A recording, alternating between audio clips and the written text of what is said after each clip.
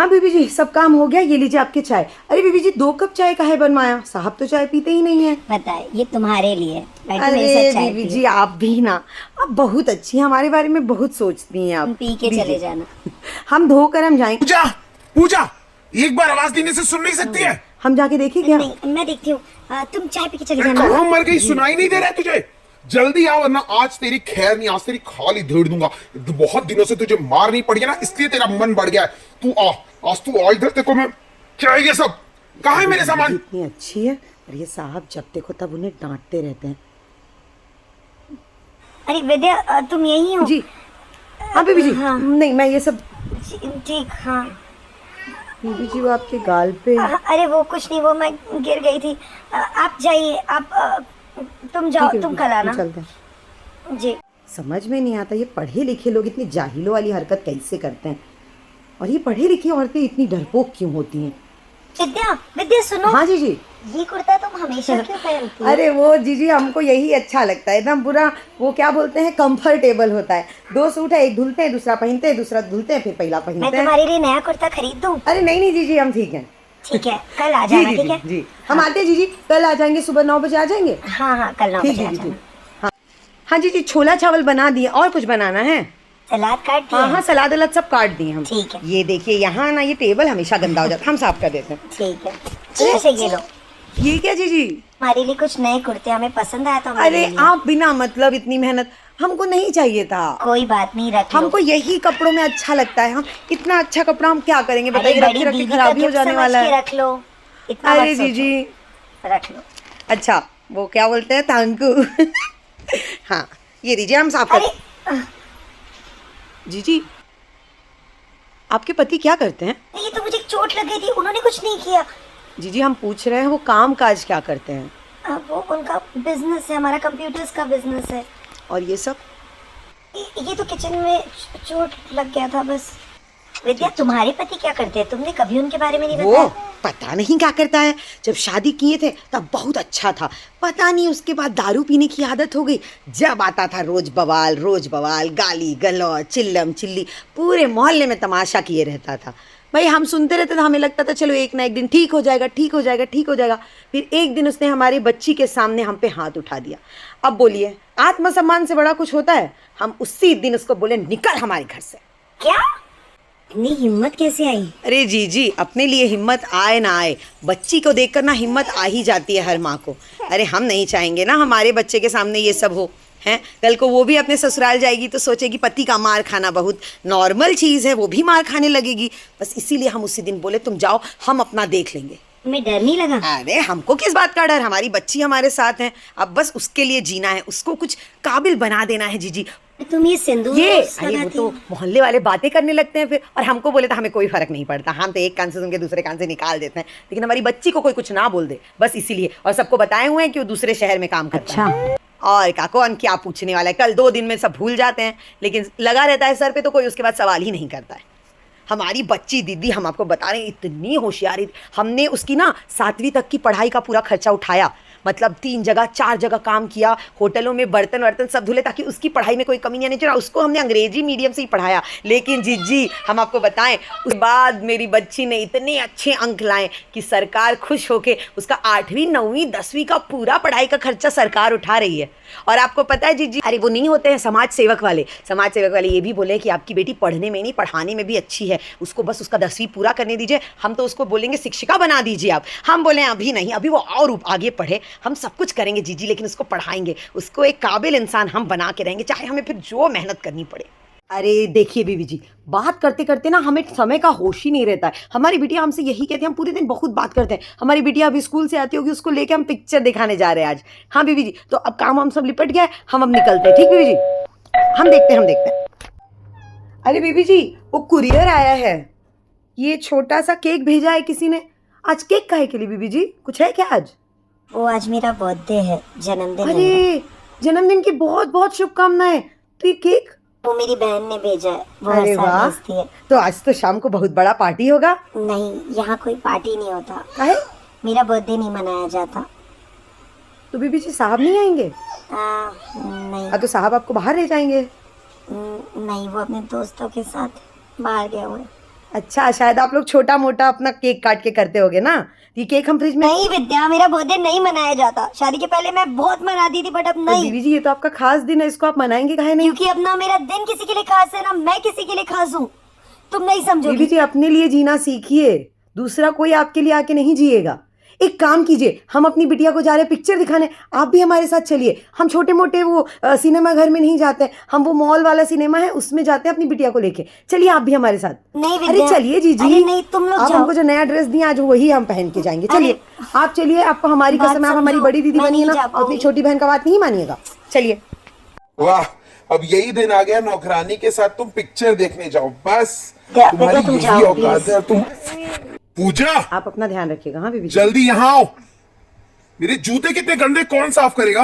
आ रही हूँ। बोलती काहे नहीं? जाओ, तुम जाओ यहाँ से, हम बाद में बात करेंगे। तुम जाओ प्लीज, जाओ, समझो मेरी बात को। जाओ यहाँ से। क्या बोल रही थी? क्या बोल आज रही थी? मेरा बर्थडे है, आज प्लीज मुझे मत मारिए। प्लीज प्लीज मुझे मत मारिए। आज के दिन मुझे छोड़ दीजिए प्लीज। मन तो करता है इस आदमी का मुंह तोड़ के रख दूं। बीबी जी कुछ बोलती क्यों नहीं है? हाँ नहीं, अच्छा अच्छा पिक्चर अच्छा, देखो अच्छा लग रहा है ना? तो आप सोच क्या रही हो? सच सच बताओ। पता नहीं, बीबी जी के बारे में सोच रही थी। बेचारी बहुत अच्छी है, उनकी हालत देख के बहुत दुख होता है। अरे तो वो कुछ बोलती क्यों नहीं है खुद? क्या बोल सकती हूँ बेटा, तू मेरी एक बात मानेगी, हमेशा याद रखना, अपने आत्मसम्मान पे ना किसी को हावी मत होने देना। फिर तुझे सबके खिलाफ क्यों ना जाना पड़े, चले जाना, मेरे भी खिलाफ चले जाना, लेकिन अपने आत्मसम्मान के आगे किसी को मत रखना कभी भी। ये भी कोई बोलने की बात है? तुम्हारी बेटी हूँ मैं। चलो मूवी देखो। चल पिक्चर देख। आज बीबी जी का दिया हुआ कुर्ता पहना है, खुश हो जाएंगी, और ये बेली का शरबत पी के तो और खुश हो जाएंगी। अरे बीबी जी, बीबी जी, अरे बीबी जी, वॉचमैन, वॉचमैन भैया जरा बीबी जी को फोन कीजिएगा। अरे इस समय वो बाहर जाती नहीं है, एक बार फोन कीजिए। बीबी जी, दीदी,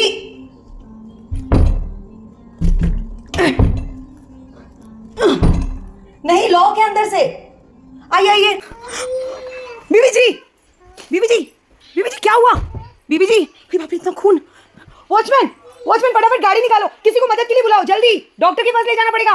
बीबी जी, बीबी जी, अरे साहब को फोन।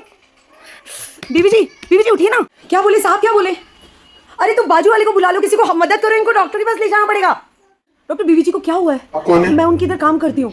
अच्छा। वो मैं काम करने आई तो देखा दरवाजा बंद था, बहुत देर मुश्किल से खोल के मैं और वॉचमैन अंदर गए तो बीबी जी इस तरह से गिरी पड़ी थी और बहुत खून आ गया था। तो इनके हस्बैंड कहाँ हैं? इनको कॉल किया है? पता नहीं, हमने उनके हस्बैंड को फोन किया था, हाँ, पर साहब ने फोन नहीं उठाया। देखिए ये प्रेग्नेंट है, हमें पुलिस को बुलाना पड़ेगा क्योंकि ये मारपीट का केस है, तो हमें पुलिस कंप्लेन करनी ही पड़ेगी। उसकी डॉक्टर आपको जैसा ठीक हाँ, लगे। ठीक है, तो हम पुलिस कंप्लेन कर दे दें, उसके बाद जी हम जी इलाज डॉक्टर, जी करते डॉक्टर, डॉक्टर मैं बीबी जी से मिल हैं। सकती हाँ हूँ? आप मिल सकती हैं। Thank you doctor. बीबी जी अब आपकी तबीयत कैसी है? थोड़ा दर्द है, ठीक है सब। नहीं डॉक्टर ने अभी कहा ठीक अब है। आप ठीक हैं, अब आप पहले से बेहतर हैं। मेरा बच्चा? अरे बच्चा बिल्कुल ठीक है, अब वो खतरे से बाहर है, डॉक्टर ने कहा है सब कुछ ठीक है, आपको घबराने की कोई जरूरत नहीं है। बीबी जी वो ना पुलिस वाले बाहर आए हैं आपसे। तुमने पुलिस को क्यों बुलाया? नहीं नहीं बीबी जी, हमने नहीं बुलाया पुलिस वालों को, वो तो डॉक्टर ने ही बुलाया। डॉक्टर ने कहा कि मारपीट का केस है और बिना पुलिस के वो लोग आपका ट्रीटमेंट नहीं कर पुलिस की पाते। जरूरत नहीं, आप तुम मुझे वापस भेज दो। मुझे पुलिस से कोई बात नहीं करनी। तुम समझती क्यों नहीं हो? बीबी जी अब तो अपने लिए खड़े होइए, ये हालत पे आने के बावजूद भी आप उनका सपोर्ट कर रही हैं। सच बताइए, ये साहब ने किया ना? वो ऑफिस की परेशानी में परेशान है थोड़ा, और कुछ नहीं। अरे बीबी जी क्या बोले जा रही हैं आप? कोई कितना भी परेशान क्यों ना हो, अपनी बीवी का ये हालत नहीं कर सकता। अरे बीवी का छोड़ो, कोई और इंसान का भी ऐसा हालत नहीं कर सकता, और वो भी आप प्रेग्नेंट हो।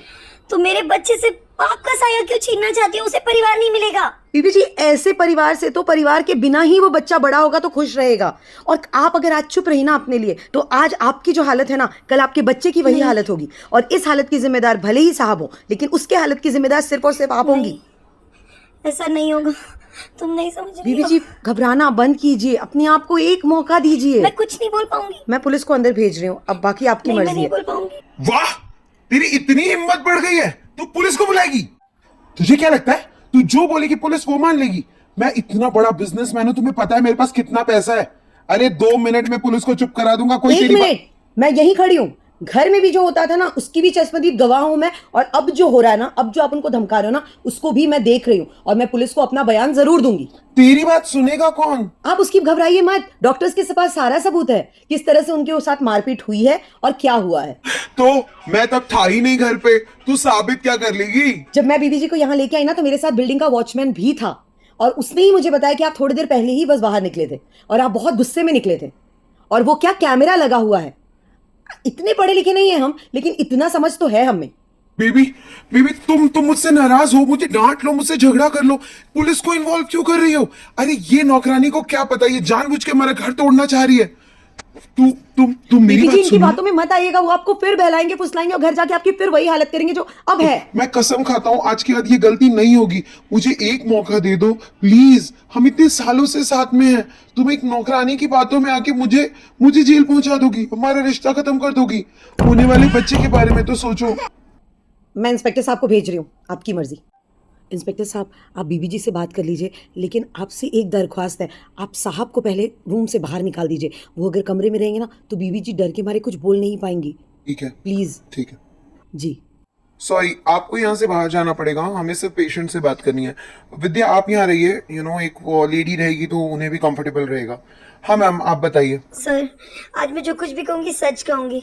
जी हाँ, मेरी ये हालत मेरे पति ने की है। वो मुझे बहुत मारते हैं, चाहे मुझसे कोई गलती हो या ना हो, बस वो अपना गुस्सा मुझ पे उतारते हैं, और ये रोज की जी बात हो इंस्पेक्टर गई है। साहब, और इन सबकी चश्मदीद गवाह मैं भी हूँ, मेरी बच्ची भी है, क्योंकि वो भी जितने बार घर आई है उसने ये सब देखा है, और वॉचमैन बिल्डिंग का, हमारे पड़ोसी, सबके सब आपको गवाही दे देंगे। हमें सबकी जरूरत पड़ेगी क्योंकि आपके पति एक बहुत ही पावरफुल बिजनेसमैन है, और इसलिए हम जितने भी गवाह और सबूत इकट्ठा कर पाए हमारे लिए उतना ही अच्छा होगा आपके केस को स्ट्रांग बनाने के लिए। आपको जो कुछ भी करना है आप कीजिए, बस मुझे उस आदमी से डाइवोर्स चाहिए। मैं अपने ऊपर और अपने बच्चे के ऊपर अब उसका साया भी पड़ने नहीं दे सकती। अपनी फैमिली को बुला लीजिए, आपको उनकी जरूरत पड़ेगी। कोई है? नहीं सर, मेरा कोई नहीं है। मैंने अपने फैमिली से रिश्ता तोड़ के इस आदमी से शादी की थी, और आज इस आदमी ने ही मुझे अकेला कर दिया। पर खैर, अब मेरे पास मेरी हिम्मत है, मेरी बच्ची है, और विद्या भी तो है जो मेरा हिम्मत हमेशा ऐसे ही बढ़ाती रहेगी।